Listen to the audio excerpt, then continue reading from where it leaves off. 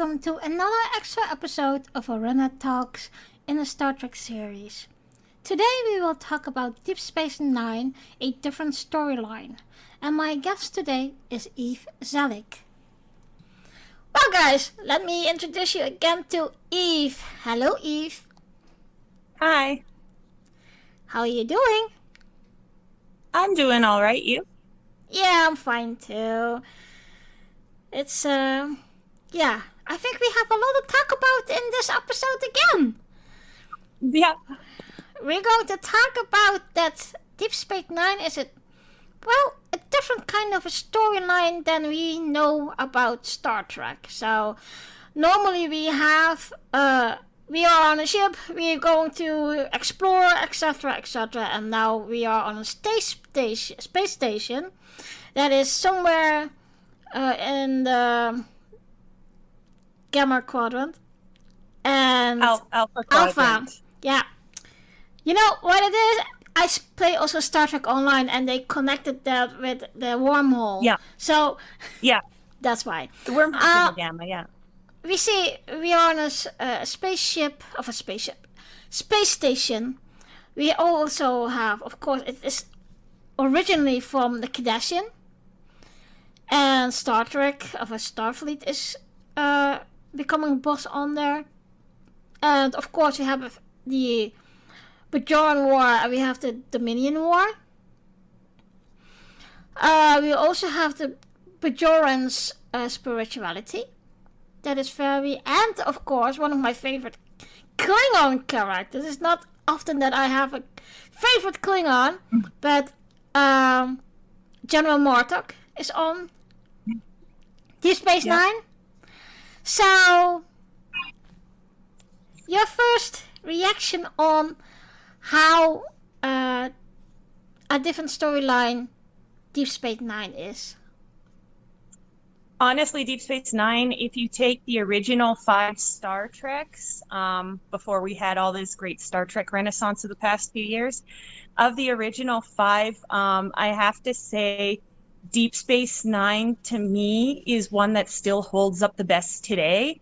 A lot of what they dealt with, a lot of the issues and things like that really, really relate to our world right now. And unlike the previous ones where, like you said, we're on a spaceship, we're going places, we have an alien or planet of the week, but by the end, everybody goes home happy and there's that continued optimism. And while there's a little bit of a story thread that goes through all the seasons, there really isn't an overall straight story. It's still very episodic. Whereas Deep Space Nine very quickly became a long-running story arc. Yeah. And to me, that one, because they had people on a space station, it's like what I know some writers call 2 people in a room episodes, where you're literally forced to, you got no outside action sometimes. You're forced to actually write something all about the people. So I think that was kind of neat that we got to see more writing about the people and about the way they interact. And we saw a lot of species that became more fleshed out, like the Klingons. We saw a lot more of the Klingon culture between Martok and Gowron and Worf and, them. We saw a lot more of the Ferengi. They were more than just, the butt of every joke. And we even saw Ferengi with morals, We saw a very tough and proud Ferengi in the form of Quark's mom. So I love Quark's mom. She's awesome. She's awesome. We got to see a lot of different things, but the thing with Deep Space Nine was there was never any hope. It was not a positive. There, you had more episodes ending on kind of a pessimistic or how long before the next thing hits us kind of way of note. And I think that's why they brought in Section 31 as well. Because Deep Space Nine to me can be summed up by a few Section 31 type quotes. One, that it's easy to be a saint in paradise, because we see Sisko and the others making a lot of choices that go against things they normally believe. In the Pale Moonlight being an excellent example, with Sisko having to cut deals, and basically do a lot of dirty deeds like AC/DC, dirty deeds done dirt cheap. So he can get the Romulans in the war, and what he does. And all the time Sisko sacrifices his moral code because he needs to get through to the next thing. So we see a lot more of that. We see more of an ends justify the means theme rather than humanity is going to do better theme. They brought religion into it too, which in sci-fi, we don't typically see religion unless it's a culture that's based strictly around a religion. Like I know in the Orville, they've got the Krill, for instance, who are religious fanatics. But we always see humanity itself as leaving religion behind in the future. So to have religion not only brought back in, but that the religion is real, and the person who is an unbeliever, it becomes the prophesied one. It's kind of interesting that way. We've got a world where, for the most part, they're used to things being clean and shiny. You look at the Enterprise, it's always clean at the end of the episode, no matter how bad it's been. Everything, if they need a part, they can get it reasonably easy. Everything's the way they want it. Deep Space Nine is a junk pile that's falling apart. So it's basically, they've taken everything that we're used to in Trek and kind of turned it on its head. But in that way, I think that allowed them to do a lot more with Star Trek than they had to show, like, hey, we haven't fixed everything. These things are still a problem. This sort of thing could happen. I mean, they've delved it back into the racism aspect in several episodes. Where we had Benny and Sisko having to come to terms with the idea that, a black captain was not acceptable. And later he mentions that about Vic Fontaine's bar, that it was in a time when it wasn't acceptable, so he doesn't want to go. And Cassidy tells him, yes, but it shows us how it could have been. So for me, I think Deep Space Nine was way more of a thinking show and less of an entertainment show. Because, I mean, it's not one you normally would sit down and binge. Like, you could sit down and binge TNG, you could sit and binge Voyager, but Deep Space Nine is watch 1 or 2 episodes and then you kind of have to put it away for a bit. Yeah, the first time when it also aired, I was watching it, and I find it was very difficult for me to hang on Deep Space Nine. And when it was on the streaming service and I binge watched it, it was a very different for me as a fan to look at. And if you see what depth in all the episodes are, it's very different than the other series. And I do also think I think Deep Space Nine is one of the best written shows that actually have a storyline of characters. And you see that, we see that a little bit in the newer Star Treks, but I think they did a really good job with Deep Space Nine. I think so too, and I mean, being a 90s kid, I remember when I was little coming home and watching what was known as TGIF on Friday after school. They'd have all these shows, and we had a lot of, family comedies. We had The Fresh Prince of Bel-Air, we had Family Matters, we had these family comedies and stuff. But one thing I really liked about Deep Space Nine was not only did we have a depiction of a single father, which is, for the time, was still very uncommon on TV, but it was, and this is touching on the whole race aspect that shows up in Deep Space Nine, it was a single black father, because statistically we know fathers are less likely to be single parenting than mothers. And also statistically, we know that there is a high percentage of absentee black fathers compared to, say, other major nationalities in North America. I mean, we shouldn't have this problem at all. Let's just be real. But statistically speaking, it's there. So we got to see a black single father who was doing a really good job and doing the best he could to parent his son, while dealing with the loss of his wife, whom he loved very much, and fighting a war. So I have to say, to me, that was one of the rare good depictions of parenting we had in Star Trek, because most of the depictions we have are pretty bad. I mean, we have Worf and Alexander.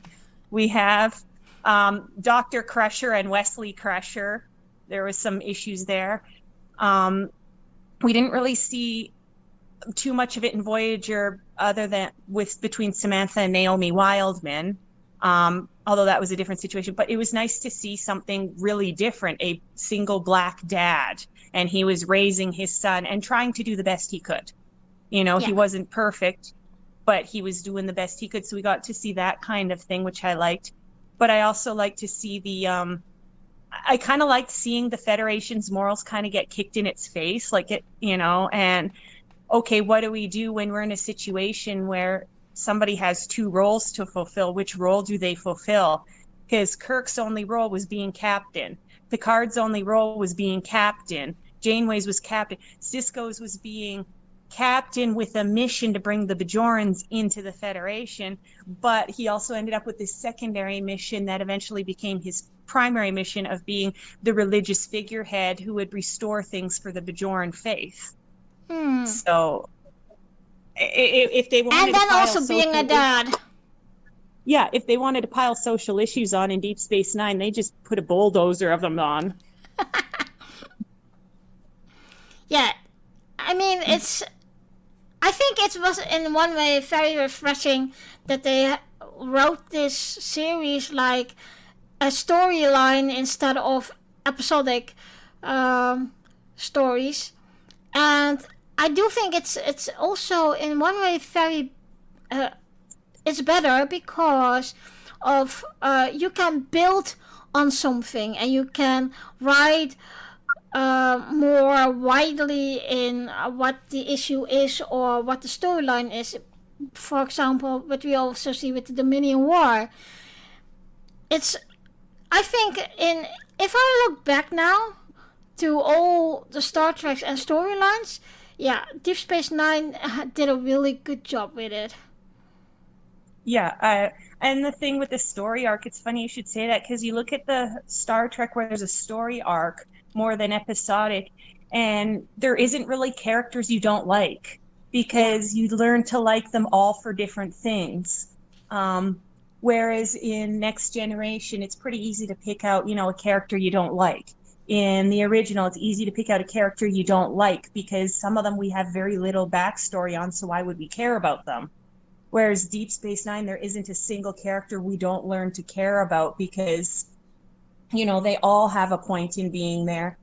And one thing that really stuck out for me personally, and it's kind of influenced my work, was how many episodes we had that dealt with disabilities and people with different, we dealt with mental health. We dealt with post-traumatic stress disorder in Nog's case, surviving the war, surviving getting shot. So we dealt with that. We dealt with somebody in a wheelchair. Yeah, Melora, that was her name. Yeah, we dealt with somebody in a wheelchair, and in her case, she's only in a wheelchair in our world because of the gravity. On her world, she'd be fine. And then we saw statistical probabilities and the sequel episode that came later with the 4 genetically enhanced people. And to me, that actually influenced me into getting to working with special needs and neurodivergence, because ADHD and being somewhat neurodivergent myself, it was nice to see that in the future, this is still going to be a thing and that we still need to learn to find ways to accommodate them. But seeing Julian, when he shows them the initial videos of like the Dominion talks and stuff, and they're able to pick out, metaphorically speaking, what's going on, like the Dark Prince and the Dead Princess and everything, and how they're able to contribute. And in being able to contribute to something, all of a sudden you see them working together, you see them integrating, you see them being able to communicate and have that kind of life, whereas before they were locked up. So I really like that one, and how that for them it was a learning experience, not just for Julian, but it was for a learning experience for them, like for Jack, when he tells him, you didn't account for every possibility, so you could still be wrong. But then seeing Julian also wrestle with having to support them to Captain Sisko while dealing with being the fact that he's genetically enhanced, but in his case, it worked out. He didn't end up a mess like the others. Yeah. But I really enjoyed that one. And then where he gets them all singing, to me, that I see stuff like that in my work teaching music to special needs. So, I've seen how sometimes all that you need to do is find a language that both can speak, and that's how you can open communication and get, people working together. So I like that there's that kind of thing, and there's a place for those people in the future. We're not going to be locking them up, because there are still, sadly, parts of the world where that happens.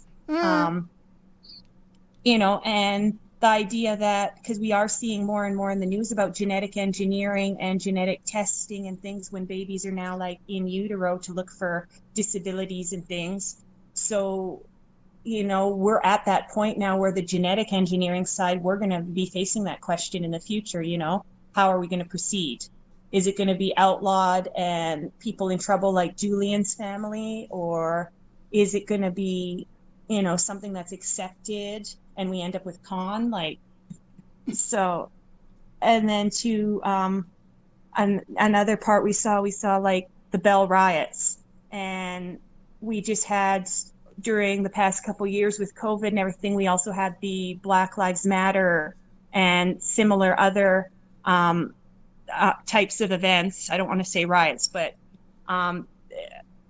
basically like an uprising or an outbreak of civil unrest. I'm trying to be politically correct here, but we had that. And my first thought was, and I know I wasn't the only one because I saw it on the internet, my first thought was the Bell riots. Yeah. People rising up because they're lacking, food, they lack resources, they lack everything, and the only option they feel they have is to rise up. So seeing that play out, it's really, to me, the most socially relevant show out of all of the originals, even though it's darker, because the world isn't always a nice place.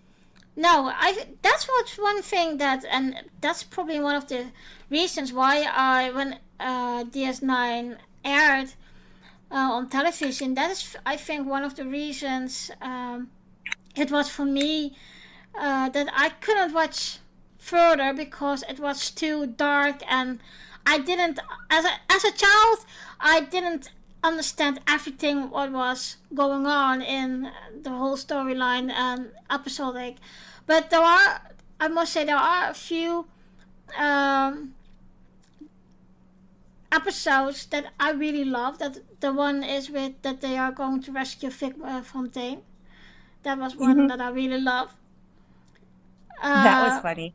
That was funny, but also that was amazing. Yeah. But there was also like the one with the Niners when they play baseball against the Vulcans. Yeah. Hysterical. Yeah. But there's one thing, and I thought I would never say that about a Ferengi. I am so proud of Nog that he is in Starfleet, and I was so proud. I was already proud of Rom that he stood up to the Quark and that he went into engineering, and then because also Sisko wasn't convinced that a Ferengi could join Starfleet because of their prejudice about Ferengis, but also we never see Ferengis being that serious, and Nog was the only first one who was very serious about that. And his speech to Sisko is something that I've seen played out in my work with some of my students having to meet their parents' expectation of what they're going to do or whatever versus what they want. And so, or I've had some kids that I've worked with who've come from, some really awful backgrounds, and they are trying to not wind up like their parents. So that one always hits me in the heart when he stands there and he goes, because I don't want to be like my father. And he's nearly breaking down. But the thing is, I get the sense there too that despite it being a bit of a prejudice, I think Cisco was deliberately testing him to see if he would be able to handle it, because he knew that Nog would be dealing with that kind of prejudice if he went there. So I think he was testing his conviction a little bit.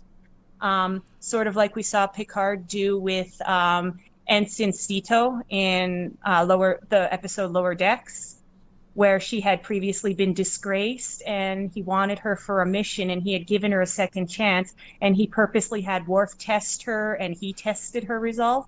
So to me, I think Cisco was doing that, just testing Nog's resolve, because he really did learn to respect Nog over time, because he saw like him learning how to read from Jake and that Nog wanted to go to school. And I mean, actually the Ferengi culture, I'm glad we got to see as much of it as we did. And there's so many memorable Ferengi, like all the Ferengi there are memorable. You've got Nog and Rom and Quark, you know, you've got Moogie, who everybody loves Moogie. We've got, of course, Wallace Shawn as the Nagus, and he's just got the personality for it. And then, of course, we got one of everyone's favorite actors and villains, Brunt, by Jeffrey Combs. You know, exactly. And it's so funny to see, you know, to see him in that role. And so getting to see like the Ferengi culture was really something, because in the Next Generation, I mean, they were just there as a joke. I know they were supposed to be like the new bad guys, but nobody took them seriously. So, and then in Deep Space Nine, all of a sudden they're not a joke. Like we find out, okay, they have a very capitalist, materialistic culture, but there is a culture there, you know? And then we see when the Nagus regresses back to the previous version of Ferengi because of the prophets. You know, Yeah. we saw a lot more of we saw a lot of Klingon culture too. They brought back Kor and Klang, the Dahar Master, when they go looking for the albino, and we get to see a lot of the Klingon culture. And to me, that was another thing again where you get to see Worf is trying to be Klingon, but Worf's trying so hard to be Klingon, he's not Klingon, whereas Jadzia's fitting right in, you know, when they're bragging. That was so funny. Really? Yeah, when they're talking about the rat they hunted, and he's like, you know, oh, it was a meter long, and she's like, oh, no, 6 at least or whatever, and she's like helping exaggerate and everything, and in a way, she's almost more Klingon than Worf was. Yeah. That's why I never thought that they would put her and Worf together, but it worked well. Mm-hmm. Even better than, because we had a little bit in TNG that Worf was pursuing Troy. Yeah. And I was thinking, no. You can't do that. It's not. It's Troy and Riker instead of Troy and Worf. And yeah, the one thing I do love about the Klingons in TNG is they really wrote a background story for Worf, and they really put that out in several episodes. But yeah, like you said, in Deep Space Nine, they wrote each species a lot better, and it was like maybe they went for a week to a retreat somewhere, and they only talk about the species and what they do, what the background is, the history, etc. I do remember in the documentary of Deep Space Nine, What We Left Behind. Side note: I love the Ratback. I love them. Me too. Oh my god. When they started to sing in that at the end, but I also, when the one who played Rom start the beginning of the documentary, oh my god. I taped it, I recorded that because I really loved it. I really loved them. But in the documentary of the Deep Space Nine was, they were even talking about an 8th season. and they were brainstorming about how it will unfold and how much older the characters will be, and Nog would have his own ship, etc. So there were inspiration enough to make another season, or who knows else more. Do you think that is still, or what if the fans would want that to have an 8th season, what they could have written? I don't know if an 8th season would have been a good idea. Something tells me it would have it might have started strong, but then had a weak ending. I would almost say with Deep Space Nine, they'd be better at this point because the war is essentially over. They would be more better at this point, I think, to go with a movie instead if they wanted to do a movie or do a few movies even, where we bring back Cisco and we find out what happens and things like that. Because, of course, some of the actors now have passed on, like Aaron Eisenberg and Renee. They've passed on. So those are characters we couldn't really bring back. And those two were integral to the show because who is Quark without Odo, really? Yeah, yeah. I mean, I love those. The bond that they have is so ridiculous funny. And even there was a point in the storyline, and I can't remember which episode that was. That was the episode that Odo has to escort Quark to some kind of a court room, and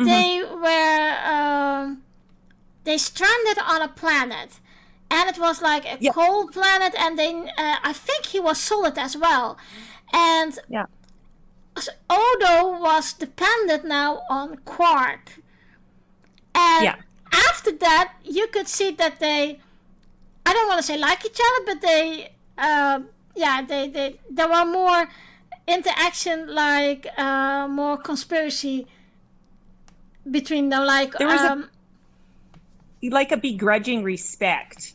Yeah.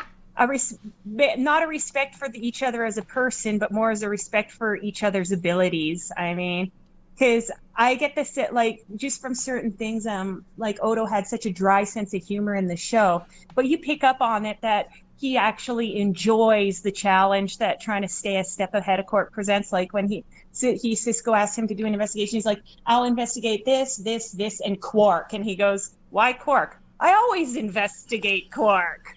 You know, or Quark's he's always going, up to no good. Yeah, or him going, what were you this time? The glass, the chair, the Dabo table, like, you know, and he's trying to figure out what Odo was hidden as this time. But there was such a great dynamic between those two. So I think a movie would be easier because then you could pick up where, you know, in the future Cisco comes back, and then you're not having to worry about explaining away the deaths because Odo's gone back to the Great Links, so we just don't bring him back, you know. And for Nog, it can be he's off in Starfleet doing whatever, so we don't need to worry about bringing him back. Because when you start losing main characters that are really well loved, especially, I think trying to do a whole season without them, it just wouldn't work at this point. I'm thinking more do a movie, and then they could write basically, because so far that's how they've ended most. Like they ended The Next Generation, they ended the original both with a movie series. So I'm thinking a movie series, or if they wanted to do a final season, I would say do half of it in our universe and half in the mirror universe to tidy up that end a little bit. But leave it open, of course, for the future because you never know. Yeah, we're not done with the mirror universe, it seems. No, exactly. Do you have any favorite characters in Deep Space Nine? Garrick, for one. The mysterious Taylor. Yeah, it's just, he's so, you never know which side he's really on. Is he good? Is he bad? Does he want to help? Does he not want to help? How much does he know? How much is he lying? You know, and I love his back and forth with the doctor, you know? Yeah, exactly. I want to mention that.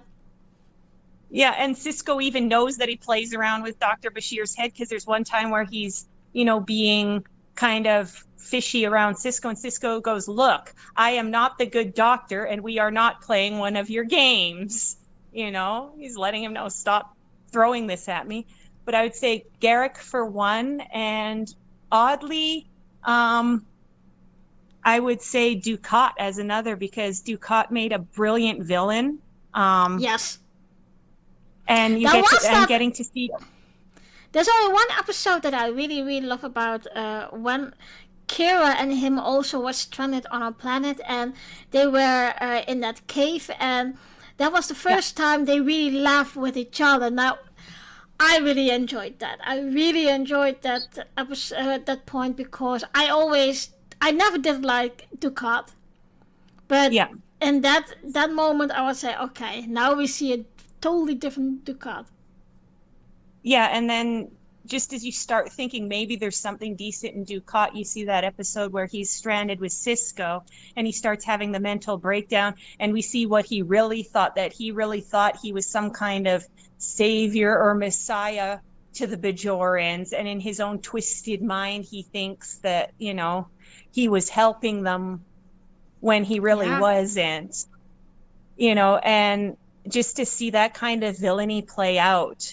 On one hand, we've got Ducat, who is very, he's very family oriented to the point where, he ends up losing his family on Cardassia because of his half Bajoran daughter, and how when she dies, that kind of destabilizes him, which is then when he goes off the deep end and does his thing with Kai Wynn there.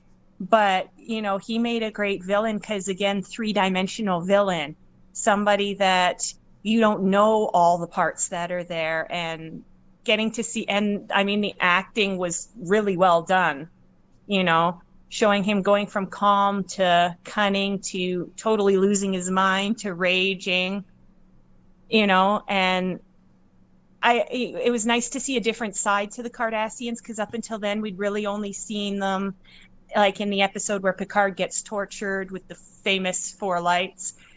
And of course, we've had O'Brien the whole time with his, spoon heads and cardies, and because he was in the war, so he only sees it through that lens.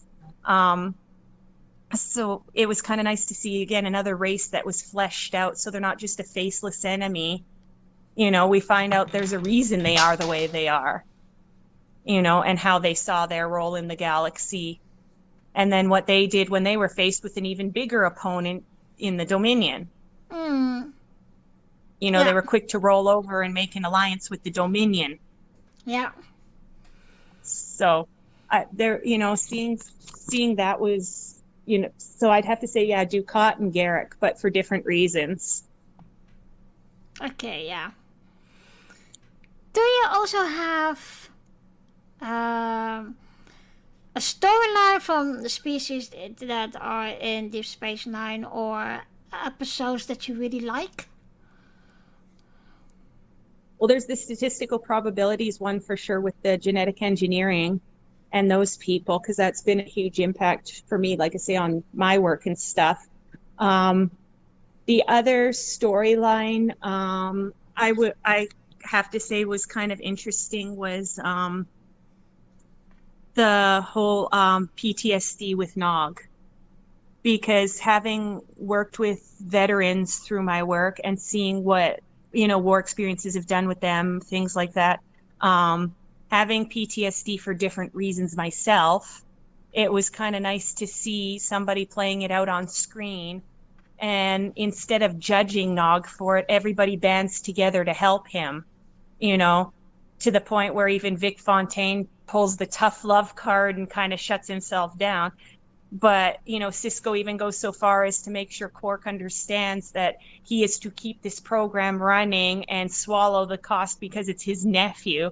Like, I really like the idea that everyone was trying to help Nog, but at the same time, they were awkward. They didn't know how to help him. Yeah. They didn't know, should they talk about, and I think that's something we all feel when dealing with somebody who's lost something, like lost literally part of themselves, or loses a person in their life.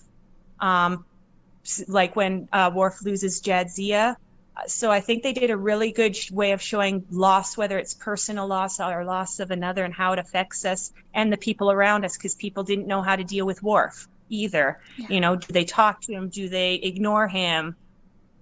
So I like that they were realistic about it. It wasn't, you know, they get over their grief in one episode. It was ongoing, you know, and then Esri coming back triggers Worf, and he has trouble because she's no longer interested in him. She's interested in Julian. Yeah. You know, so I like that they didn't make, there was no good guys, no bad guys. There was no black, no white in Deep Space Nine. It was all very different shades of gray. Yeah, more If like that makes sense. Equality, and yeah, what Starfleet really stands for is equality in life, and in that way in ranks and etc. So yeah, I do think that Deep Space Nine is one of the most best written track there is, and I don't talk about what we think of the Discovery and Strange New World, of course, but what I was saying was that the writers did a good job with the storyline of Deep Space Nine. I think that is one of the best they have written in a long time. Yeah, to me, out of all the series, Deep Space Nine is the one I could watch endlessly on repeat. It's so quotable, it's so memorable, and I mean, they even managed to have their more lighthearted moments in there. We had like the Magnificent Ferengi as an episode. That was a really good one. We had the one you mentioned where they helped Vic Fontaine, where the whole thing is, you know, a casino Ocean's 11 heist type idea. Yeah. You know, we definitely had our fun episodes. And then, you know, and seeing some of the friendships that came out of Deep Space Nine, how it was all like the most unusual friendships. Yeah. Like we had Dax and Kira, you know, and two different people who have to work together with two different backgrounds, and yet they work together really, really well. We had Odo and Quark, of course, and they're back and forth. We had Nog and Jake, you know, and how lonely it was for them just being the only two boys of their own age and their families not liking each other initially.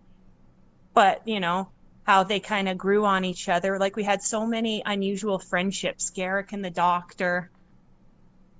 You know, it was kind of nice to see that unusual, that, you know, people can be different from each other and have these different experiences. They don't even share a language, and yet they can all come together and be together and help each other, and just seeing how it shapes their viewpoints. I also got like, sorry, go ahead. I also think that Deep Space Nine is the most family related or orientated than the other tracks. Yeah, because we do see a lot of family there. We've got, you know, yeah, but also family subjects, what families going through nowadays. Yeah, we've got, you know, the infight, like fighting between Quark and Rom and Nog, and how the raising of Nog, how that should happen. You've got Jake being raised by his dad as best he can. You get to see the O'Briens raising their kids. There was a few episodes specifically surrounding Molly. You even get to see Quark's extended family in the form of Moogie and the Nagus. So it was almost like we had all these families coming together. Even Sisko, you had him and his dad. Yeah, didn't always see eye to eye. Yeah, didn't always see eye to eye, but they did what they could, you know. Yeah. And the fact that his dad raised him as a single father, because his mother, we find out, was one of the prophets. I think that is a very important case as well for us seeing the relationship between Cisco and his father and how that turned out, and especially when Jake went to help his grandfather, and then the story came, and his grandfather teaching him actually to cook instead of using the replicator. I think that is Yeah. very important as well, and it's how you can say that it's just there are topics of nowadays. Yeah, the parents spending time with their children and the impact it has, I think, is a big one. And then we kind of see the flipping of the mentoring later on, where initially at the beginning of Deep Space Nine, we still get that sense that Jadzia is mentoring Cisco in a lot of ways. But when she comes back as Ezri, he's now in the role where he's mentoring what he sees as this former mentor. Like, I really do like all the mentoring things we see going on throughout there. How Kira ends up mentoring Zial. And even though she has strong feelings about Zial, her mentoring of Zial. And so we get to see that kind of thing too. Rom and Lita sort of mentoring each other. So I saw, like, to me, Deep Space Nine was definitely more about people helping people and people interacting with people, and how unusual circumstances can throw unusual people together and what can happen, and seeing that the family problems we have here on Earth are the same throughout the galaxy. Rom's a single dad because his wife was a gold digger, and took off. Moogie, who was the real business lobes in the family because Quark's dad was not. The Grand Nagus with his dementia later on, and Moogie being a caring wife who takes care of him and, makes sure that everybody still sees her husband in the best light. Like, seeing that these problems we have would be universal is kind of nice too, because if we encounter aliens one day, that's something to keep in mind. They probably have the same kind of weird family dynamics we do. Yeah, exactly. Inabrin, Tane, and Garrick, father and son, yet torn apart because of what they both went in the same career and things like that. So I don't know, Deep Space Nine to me was way more human. Yeah, but also, like, it's more written for the characters than it's like in the organization of Starfleet. Yeah, because we're seeing way more to do with them. You see more like the stories behind the people and why they are thinking in a certain way, and I do think they did a really good job with it, also to show us in how diversity mankind is. Yeah. And I mean, the fact that they really managed to show the strength of diversity without hammering it home, because I mean, it's a Cardassian station, but they're having to fuse the Bajorn and Federation technologies with it, and how, unlike Picard, who could issue an order and his crew would follow, you see Cisco learning to draw on the experiences of the people around him, drawing on Kira's experiences when dealing with the provisional government, drawing on some of Garrick's experiences when it comes to a little bit of espionage and subterfuge, drawing, weirdly enough, even on some Ferengi wisdom in some ways. We see how Cisco manipulates Quark into staying just by using his own culture against him. So you see Cisco having to be a much different kind of captain. He's more of a collaborative captain. And in a sense, that is truly a war captain. He looks at his generals and figures out, okay, you are good at this, you are good at this, you are good at this. How can I use that to help all of us? Yeah. And so I really like that aspect of it, in that he didn't come in and, start lording it over. Unlike, say, Janeway, who initially, even though she said she was welcoming the Maquis, there was still, for a few seasons, quite the barrier. And she didn't get over it until Chakotay got in her face. But you see in Deep Space Nine, it evolves right from the start. Sisko knows he can't run things the way he's used to. So now he's going to have to run things a little bit differently. And we see him even butt heads with Starfleet over it. Well, the shocking thing for me was when in the first episode, when Picard tells the mission to Sisko, but Sisko was the one who also had that experience with him as Locutus, assimilate and fought him.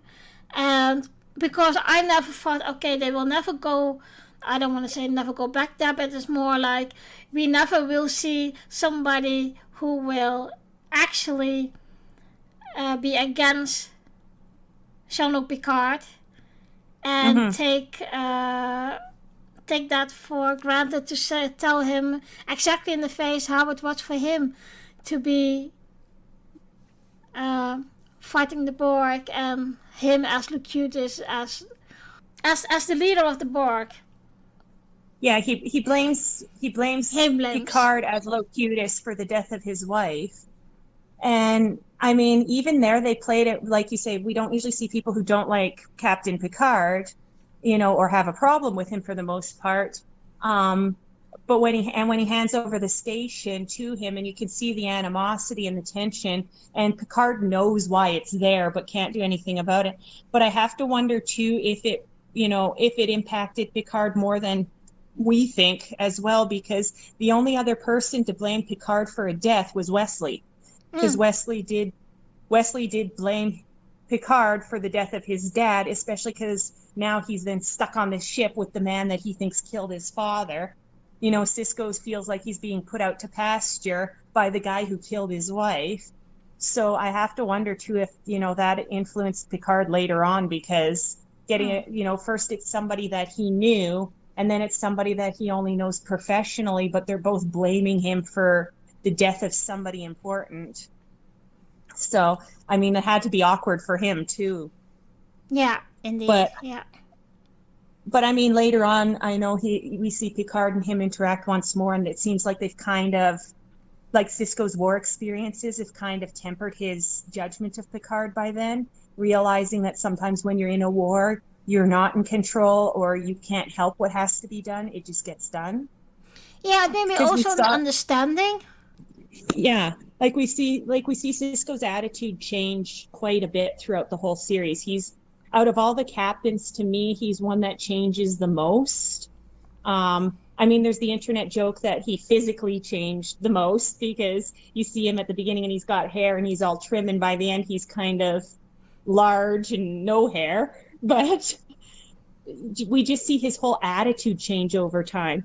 He becomes a little less self-righteous and a lot more self-aware in a way, because he's very self-righteous at the beginning, and then you get to see his feud with Eddington play out, and him seeking revenge, and and how easily this one man has gotten under his skin, because some of Sisko's self-righteous Starfleet stuff is still there, and he knows it. So, I mean, I have to say Sisko as a captain grew a lot, and that's one series where we do see a lot more of a human side of the captain, as well as the working side of the captain. Yeah. I think also in Deep Space Nine, you see exactly the other side of the captain as well. And it's only that they write it a little bit in Discovery, and especially in Strange New World, that they have more, not only the, let us say, the captain, but also the captain, the human. And in Deep Space Nine, you see that, most of it, because, that's why I love about Deep Space Nine. The story arc is so good.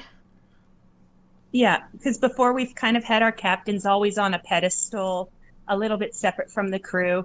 And that's one thing I like seeing about with Discovery in particular, because in Discovery we're seeing that there's still that same darkness, that same pessimism, that same, same sort of vibe as Deep Space Nine, but it allows us to also see the captains, as people. We see them doubt, we see them, have relationships with crew members, we see them, having to be challenged on a regular basis, whereas we're so used to seeing the polished captain, the captain can't do anything wrong type idea. Yeah, so exactly. Get it. And so getting to see that,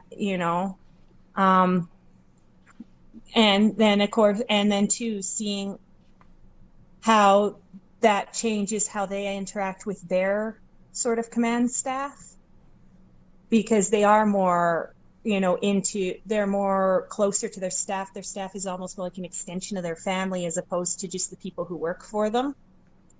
Because, sure, there is a sense of bond amongst the Next Generation characters and the Voyager characters, but not to the same extent as Deep Space Nine. Yeah, true. Because in Deep Space Nine, they were never going anywhere. They're boldly sitting on a space station, so... It's very interesting how all those species on one space station is acting in one another and with each other. And of course also Deep Space Nine is also like a trading haven for all species around. And I think they did a really good job in getting so much species in one place. Yeah. And I think there's one character we really should talk about still, and that is Morn. The most chatty character on the show. I think Morn, and that was in one of the trivia from Deep Space Nine. Morn has more, I think, one of the most screen time than anybody else on Deep Space Nine. Yeah, and he never says a word. There was one episode was very nice that was about him, and that he had two stomachs with the silver, and even Quark was at a loss how he did it, and that was so funny that he really got caught with Quark with it. Yeah, and that was yet another incident with Quark and Klingons again, which is funny because we think of the Ferengi as being sort of a cowardly race, and the Klingons as being big and belligerent, and that was another episode where Quark's in trouble with Klingons again. And it's always a trouble. In this case, because of his greed. But, and how Morn...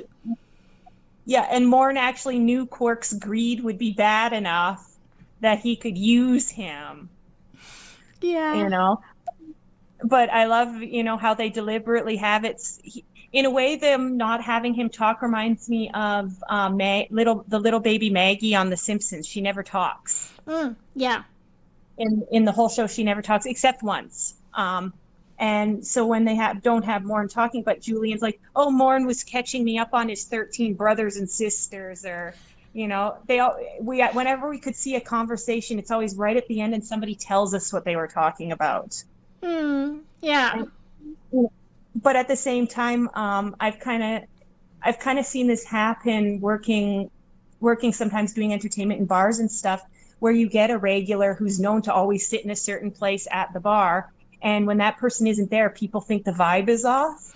So when Quark had the holographic Morn, because it was putting the vibe off her because he was greedy. But I totally get it, because it would feel weird if you're always used to seeing this person there and they're not there. Yeah. Like, I know he was supposed to be some kind of freighter captain, but he never seemed to actually work. He was always drinking. Yeah. And being a part of the room. Yeah. And they never say what species he is either, that I recall. There's not really much information about him. No, other than he had that weird mud tub he sleeps in. And then his two stomachs with the latinum. Yeah, that was really funny. Well, And it shows how greedy Quark is that he would take the latinum after it being spit up. Because I yeah, would. I don't know about you, but if somebody brought money up out of their stomach, I don't want it. no, exactly. And it was that was the funny part too, that Moore didn't talk and tell or explain Quark how he did that, how he had the latinum in his stomach. But he showed him, and Quark figured it out. It's like a conversation between two aliens, and it's like hand and footwork. Yeah. Yeah, and that I have to say there's so many memorable characters. It's really hard to pick just a few out because they were all so good and they all lent something to the show, and Yeah. you didn't have characters that were extraneous and didn't belong. No, exactly. It's like almost all the characters are like main characters. There was no one who was underdelving themselves with, okay, I'm just a side character or a B character, and they were all important. Yeah. And I think that, I mean, realistically, I honestly think that if we get that far out into space, it might look a little bit more Deep Space Nine and a little bit less Next Generation, because war is inevitable. We are going to come into conflict with others for various reasons. We may come across a species where the religion actually is, something they can prove with science, measure with science. And how would that affect our worldview, knowing that this is a thing, and finding out that there's civilizations out there like Bajorans who have been around for tens of thousands of years as a spacefaring civilization because they had their sail ship and things like that. I think that the future really would be more Deep Space Nine, and there will be interspecies conflicts and, Yeah. even even the racism is still there, except it's on a planet scale more, such as racism towards Ferengi or Cardassians. We still see the racism. So I think to me, that's a more realistic representation, because I really don't see us being so enlightened and perfect. And because that, to a point, yes, we can be better, but realistically, we can't control what everyone else does. No. So we are going to have conflicts. We are going to run into problems, and it'll come down to how we deal with it, and what are going to be the costs when it's on a planetary or galactic scale instead of just, continent. Yeah.